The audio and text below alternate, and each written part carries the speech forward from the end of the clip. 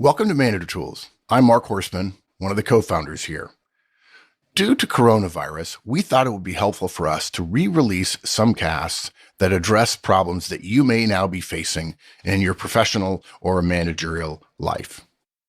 We have topics like phone one-on-ones and distance management for those of you who are being asked or encouraged to telecommute, and much more. What's more, we're releasing these casts daily over the next several days. We didn't want you to have to go back through our archive and find things that might be relevant. We've already done that search for you. We hope this helps, and if you need help, reach out to us. Good luck in the days, weeks, and months ahead. We're rooting for you. Welcome to Career Tools.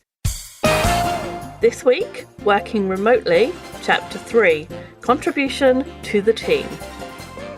The questions this cast answers are: how do I make sure I still contribute when I'm working remotely? How do I make sure I'm still thought of when working remotely? And what's the most important things to know when working remotely?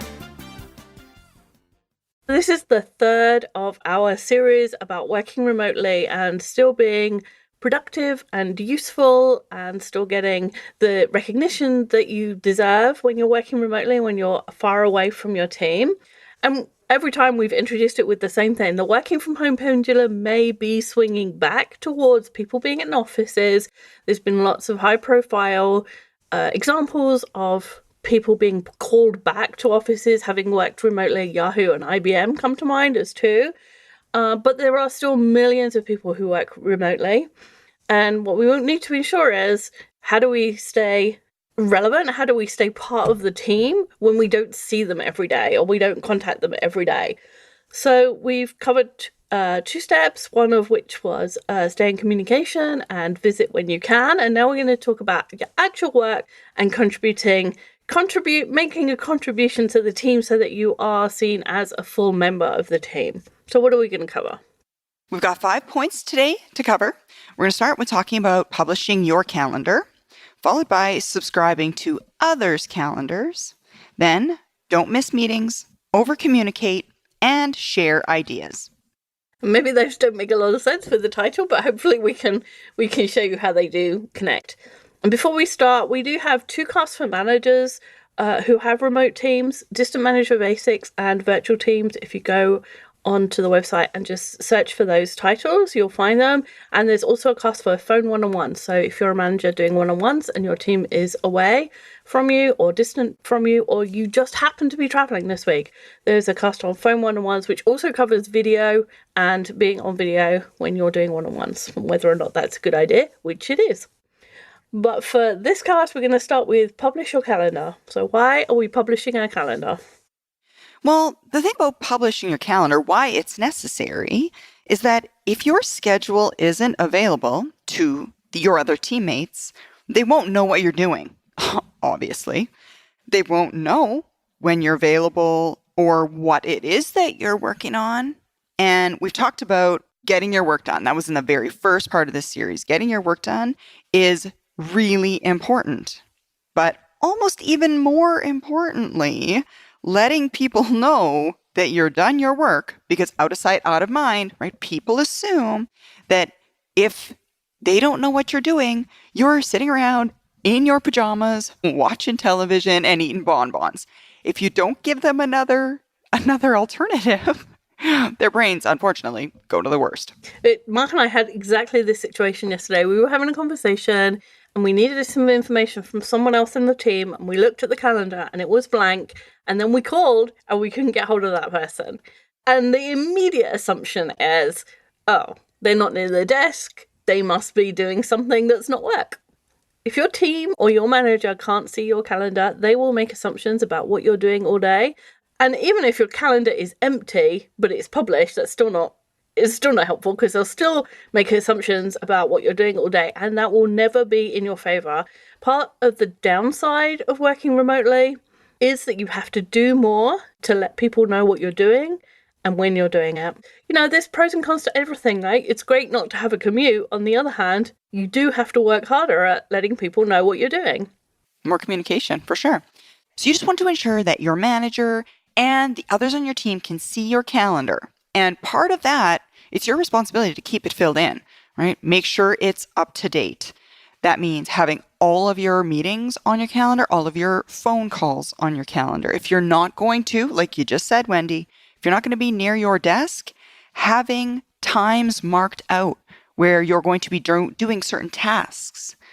There's a big difference in the feeling a manager has about an individual, let's say Wendy, for example, who's got 3 meetings on their calendar and the rest of the week blank, and myself, for example, who's got those 3 meetings as well as chunks of time blocked off to work on specific projects, things that are potentially near and dear to the manager's heart, right? Not only where do you need to be at a certain time, but also what are you doing with your blocks of time? It's helpful to know. Yeah. And in addition, if your company has a system for sharing work status, a spreadsheet or a database or, all of the work tracking things that we have now, then you need to be keeping that up to date too. There are 2 parts to doing the work and reporting that you've done it. And I will confess that when I was young, I did say to my manager once, do you want me to do the work or do you want me to report on it? And she gave me a dressing down, which meant I never asked that question again. And the answer is yes, I want you to do the work and I want you to report on it. So if you're not reporting on it, nobody knows it's done. And if they don't know it's done, it might as well not be done. If you think about it as a home thing, right? If you said to your husband, we get some milk, right, on your way home from work, and you didn't get a response to that text and you were on your way home from work and you were passing the 7-Eleven, if he hasn't responded to that text, you assume that he didn't get any milk. So you get milk because you're thinking, well, he obviously didn't see my text. He didn't have time, whatever. I'll get some milk. And then you get home and he's got the milk. He just didn't tell you. Now you've got 2 gallons of milk you don't know what to do with, right? You're going to have pancakes for the rest of the week. It's exactly the same with your work. If you don't say it's been done, it might as well not be done. And don't be afraid to report red. If you're behind schedule or the task isn't going well, report red, because red isn't bad. Red is, I need help, or this is going wrong, or we need to put some resources towards this, or I'm not getting the answers I need. If you don't report red and you just let it go, it gets worse. Like every day it gets worse. And when you finally confess and somebody has to intervene, the intervention is massive. Whereas if you report it when it's, I'm a day late and I've sent 4 emails and I've called the guy twice and he hasn't returned my calls, and you report red and you say all that to your boss and your boss says, all right, I'll call him. Like it's 1 phone call that takes 3 minutes for your boss. Whereas, you do all that and then it goes for another 3 weeks and you're 3 weeks on a client project, 3 weeks late on a client project, that becomes a whole saga, a much bigger deal. So report red if you are red. Exactly. And you can also put times on your calendar when you're going to be unavailable. The thing you want to do is be careful that your unavailable times don't outweigh the times when you're actually working or dedicated to a specific project according to your calendar. So for example, if your calendar has 3 meetings booked in there, you got a lunch placed in, you got a doctor's appointment, a little reminder, don't forget to pick up the kids from school. Just keep in mind that in the brain of the person who is looking at your calendar, that's basically an equal mix, right? You're doing an equal mix of personal stuff to work stuff. It looks like, 50% of the day they're dedicating their time to work, 50% to personal. And again, that's not a good impression to others. I know myself personally, the way I deal with things like that, if I have tasks that I want to work on that are just kind of reminders, I also have a personal calendar to lay on top of my work calendar to say, okay, this is something that you need to remember to do. For example, send an email about X, but I don't place it on my work calendar. It's just a reminder to do. Because actually, those reminders are nearly always time unimportant. Like if you've got a reminder to send an email to the bank, it's nearly always, it doesn't matter what time it happens. So if somebody calls you during that time or wants to have a meeting during that time, you are actually available. And if you put that task on the calendar, they'll just assume you're not. So you just want to be careful about personal stuff, and work stuff and what the proportion is on your calendar as viewed by someone else, because you don't want to have too much personal stuff and apparently be doing no work. And this is not a race to fill up your calendar so that you can brag about how busy you are. The object is not to have 45 hours of the week closely scheduled. For a start, if you don't have open spaces on your calendar, the day something goes wrong, you have no escape route. You have, there's no overflow for that work to go into if everything is scheduled. So you should have some open space on your calendar. You need open space. But if you have 75% unscheduled time, you are probably getting less done than you could be, because we know Parkinson's law, work expands to fit the time available, and Horstman's corollary is that the work gets smaller. If you say, I'm going to do this and I've got an hour, you can get it done in an hour. If you say it's going to take 3 hours, it will take 3 hours. So your calendar is there to sort of act as a brake against your brain, against the things that we do naturally, like extend tasks when we have more time for them. So you need to be careful about unstructured time and how much you have of it. Have some, but not too much. Exactly. Have controlled time. All right. The next piece of this is subscribe to other people's calendars as well. You want to make sure that you can see other people's calendars, right? And there's a few reasons to it. First, if you want to call them, you want to make sure that you're actually calling when they're free. Calling when somebody is busy is completely ineffective because you won't be able to talk to them. Communication is what the listener does. If you can't talk to them, you completely miss the point. And you give the impression of being disconnected or out of touch with the other people on the team because, well, it was in my calendar. You should have known that. Right. You should have looked and seen that I wasn't available. Now you can't complain that you called me 3 times in half an hour and I didn't answer because it said I'm in a meeting. We have a cast that's just on this topic called Using Other People's Calendars, and it has some guidance about how best to use other people's calendars so that you can be really effective.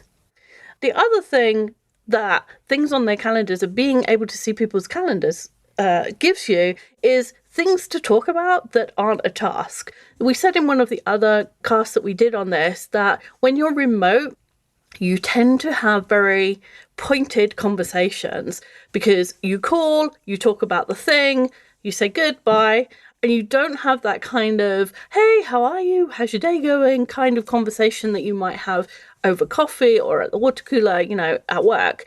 And so looking at people's calendars can give you something to latch onto to have those conversations. So for instance, you might see that somebody is doing a sales visit to a really important customer, and you see that on your colleague's calendar. And that means you can send a text that says, hey, good luck with customer X today. Let me know if there's anything I can do to help you make the sale. And it just says, I am connected to your work. I am your teammate and I'm trying to help you. And afterwards, you can call or text and say, hey, how'd it go? And some people might think that's a bit weird. Like, oh, I couldn't call someone and ask them how their meeting went because it sounds like I'm checking up on them. But if you say, oh, hey, mate, I know customer X can be tough. Just wanted to give you a call and say congrats for getting through it. How'd it go?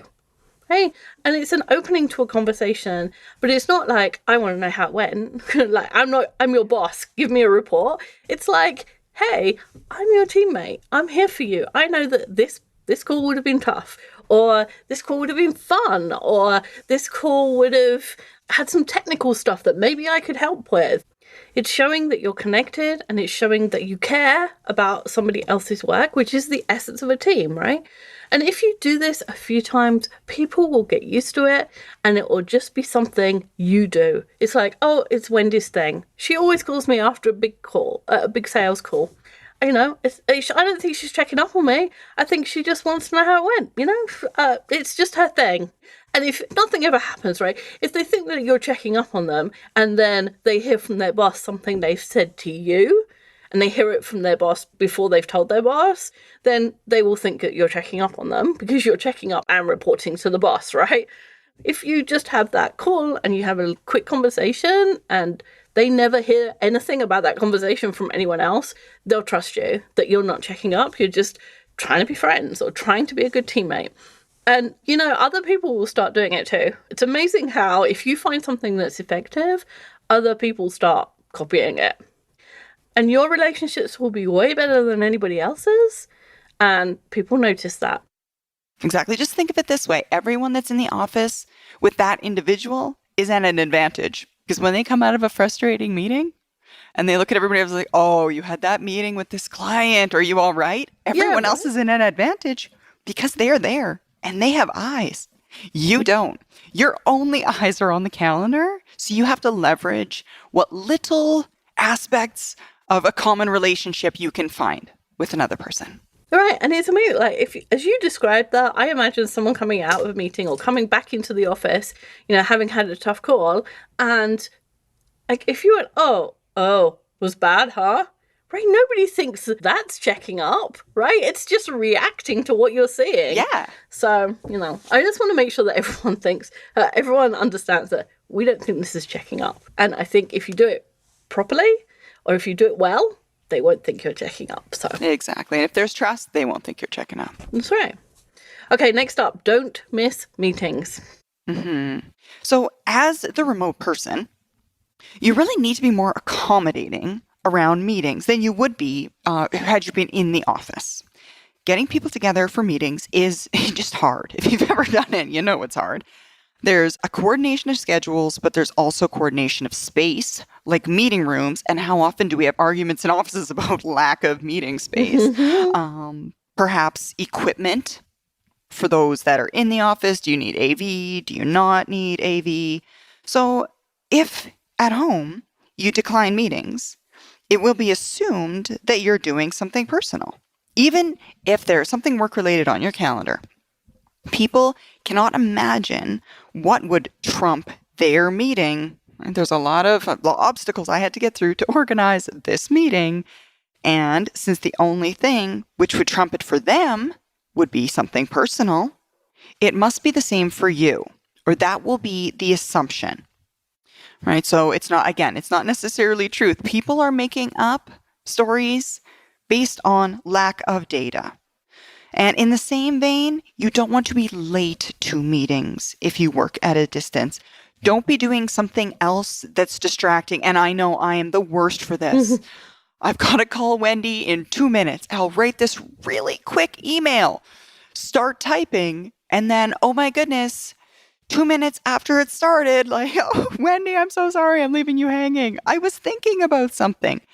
The thing is, when you are at home and you get distracted, you just have to be that much more professional because people are going to assume it's doing personal things rather than giving you the benefit of the doubt that they may do if you were in the office. Right. If you rush in late to a meeting and you've got like coffee in one hand and your notebook in the other and you're just like, oh, I'm so sorry I'm late. Everybody just assumes you've just come from another meeting. They don't think, oh, you've got a fresh coffee. You must have spent the last 3 minutes in the coffee room, right? Whereas if you're late for a meeting at work and you're remote, they think, oh, you were in the kitchen making coffee. Exactly. It's really unfair. But again, it's one of the downsides of working at home. And working remotely. There are lots of benefits, and these are the downsides, I guess. Okay, next up, over-communicate. Now, communication isn't easy for anybody, for clarity, but it's even harder for you being a remote employee because you don't have the opportunity to chat with people as you pass them by as you're in the coffee room together, grabbing a coffee in the morning. If you want people to believe that you're really on their team in a way that we felt on, for example, a great sports team, they have to believe that you care about them, right? And communication about things that matter to people is the way you prove to them that you care about them, something that you're interested in. So you want to communicate with each person on your team at least once a week, outside of meetings or anything you have going on together. So a call after they have a big presentation, a call when you see them send in a great report, or just a, hey, I haven't spoken to you all week call. And why calls? Because calls are much more meaningful and much more of a richer transaction than emails. And hey, these don't have to be long. Like, if I call Maggie and I say, hey, mate, I haven't talked to you all week. How's things? And she says, you know what? I've had my head down. I've been doing this, been doing that, been doing the other. And I say, how are the boys? And she says, they're good. And we go, okay, good. Well, I'm glad everything's going well for you. Talk to you next week. And it doesn't need to be long. It's just a kind of connection. It's just renewing the connection. It makes me think of, if you think of a snow-filled village. So the snow's fallen, it's all pristine and white between the houses. And then, one person walks from house A to house B, and there's a path created in the snow, right? That's the connection that you have with your coworker. But what happens is more snow falls and the path starts to disappear unless you keep making that connection between you.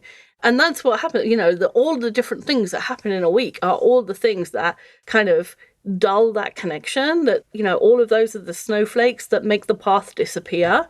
You have to be cognizant of, where's my path? And is it still showing? And do I need to go make that connection again or before this disappears?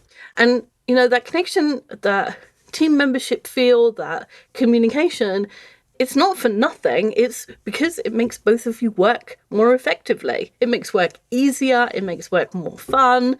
So you're not doing it just because Wendy and Sarah say you should have a path. You're doing it because it makes everything work better at work. Mm-hmm. Exactly. How often do you get on the phone with somebody that you work with and you're like, I haven't talked to you in forever. What's it? And then you look at the calendar and you're like, 3 days ago you talked to that person. So imagine what it's like if you're at a distance and only talk once a week. It feels like forever since you talked to that person. So just being purposeful about making those connections is really helpful. Time flies when you're having fun. And there's something else about not connecting frequently. If you think about an acquaintance that you don't talk to that often, if you meet up for coffee and you're like, oh, so what's happened over the last 3 months? You pick out like 2 or 3 big things, or maybe there's no big things that come to mind. Whereas if you talk to someone every day, you always have something to talk about. And it's all the tiny little details. The longer we go, the more inconsequential everything seems, and therefore the less that we have to communicate about. So that's another good reason for doing it frequently. So we talked about rich transactions being calls and not emails. I want to give you an example. So I get an email once a week from Paul on our team, and he says, have you uploaded the sound for our podcast? And I suspect, because Paul is on our tech side, and because the emails always have the same words, I suspect those are automated. And so he doesn't make a decision to send them. He just knows, I need to remind Wendy, or I need to make sure that Wendy has done her job.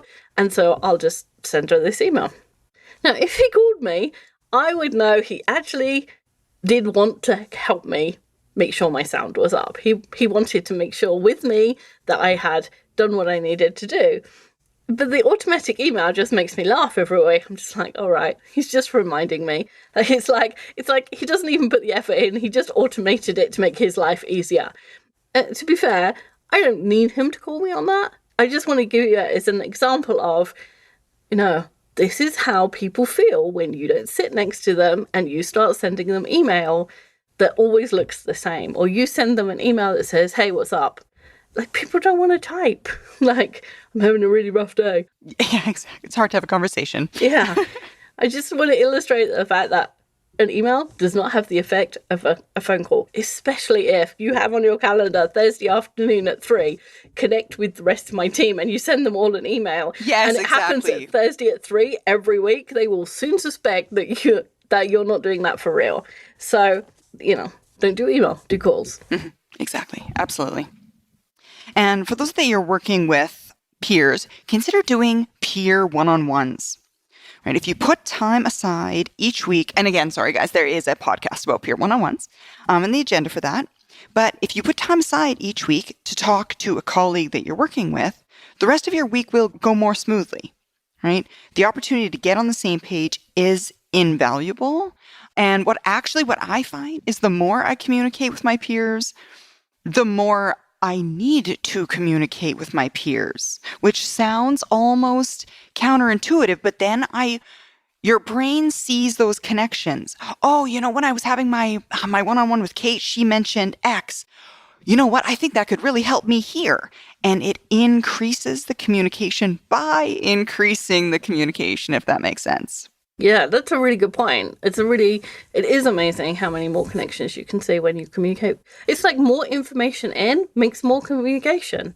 More information in makes more connections, of course, right? And if we're going to be practical, return calls from your teammates within an hour, if you can. If you're in a 2-hour meeting, you can't. But set that as your standard. Return calls from your teammates in an hour, text 15 minutes, and emails the same day. If you leave somebody's text for like 9 hours and you don't reply, they think you weren't at work for 9 hours, right? They don't think, oh, they were doing this really hard project and they just couldn't look up from it for 9 hours. No, they think you weren't doing it. So these are really practical targets that you can set for yourself that show that you're connected. Absolutely. And the last piece of our puzzle is going to be share ideas. Now, part of the reason that people end up out of sight, out of mind is that they stop or they never start contributing. We're not talking about your actual work. The actual work, how to address that when you're working remotely, was covered in Chapter 1 of this series. What we're talking about here are the odds and ends, right? The little bits that you're able to contribute that make other people's days, their lives easier. When you're working in an office with a team, in person, you just overhear conversations where you may be able to contribute. So for example, you're sitting in your cubicle space, right? Kind of open environment. You can overhear things. Someone, for example, could say, hey, does anybody have any ideas about how I can end this license without changing the price for a new one? And whether they're addressing you specifically or not, you can pipe up or peek over the cubicle. Oh, hey, I know how it could be done, and you can help them out. However, when you're not co-located in an office, it is impossible for you to overhear other people's conversations and therefore extremely difficult to have those informal, off-the-cuff opportunities for communication. So to compensate, you need to be looking for opportunities to contribute ideas. So look at the text messages you're being sent, the emails, think about the calls you're on. Is there an opportunity to contribute an idea? And it doesn't matter whether the idea is big or small. And it doesn't matter particularly if it's a good idea or not. Because bad ideas sometimes spawn good ideas for other people, right? You say something that's not a great idea, but someone else says, oh, wait a minute, that won't work, but this will, which I was prompted to think of because of your bad idea. The aim is to be part of the mix. And there doesn't even need to be a prompt. You might just send a text to your team that says, hey, I was thinking about X. What about doing Y? Being known as the ideas guy means that people will reach out to you more often. And you want this. You want the communication between your team and you to be two-way. A lot of what we talked about today is about you reaching out to people. But if you start to show a skill that is really useful to other people, they will contact you. They will. They'll reach out to you. Yeah, try and make sure, or try and help them if you can, right? I mean, one of the things that I often get asked is, hey, I've put a bunch of text on our website and it doesn't look right. And I am not a great HTML editor, but I know how it works. And I can usually work out what somebody needs to do. And that's not part of my job. If I was talking to Mark and I said, no, I didn't write a podcast because I was helping Maggie with HTML, I'd hear about it. Yeah. But, you know, I don't work on my priorities 100% of the time because I'm normal and nor does anybody else. And if I take 15 minutes to help Maggie, then, you know, I've done something for our relationship. I've deposited in the emotional bank account if you do a 7 Habits language. And when the communication is two-way, when they're reaching out to you as much as you're reaching out to them, it really makes them feel like you are part of the team. You're not that outsider. You're not that guy who lives in Ohio. You're part of our team. Exactly. And when people look back over the year, for example, when they're writing your review, they remember those ideas, right? Those times that you volunteered, that you helped, especially when you're not an expert in that field. And they asked you for a favor. And we have done podcasts on the favor economy. Doing people a favor or volunteering to help Even if you shared an idea that wasn't useful in the end, just don't be afraid to make suggestions and volunteer when you can. So, in summary, the activities that we discussed today might seem a bit disparate, but they all help you contribute and integrate with your team, even if you're not co-located. If you don't want people to forget you, making a positive contribution to their work life is how to do it. Well said. Thanks, Sarah. Thank you, Wendy. Hi, everyone. That's all for this week. We hope you'll come back next week for more guidance.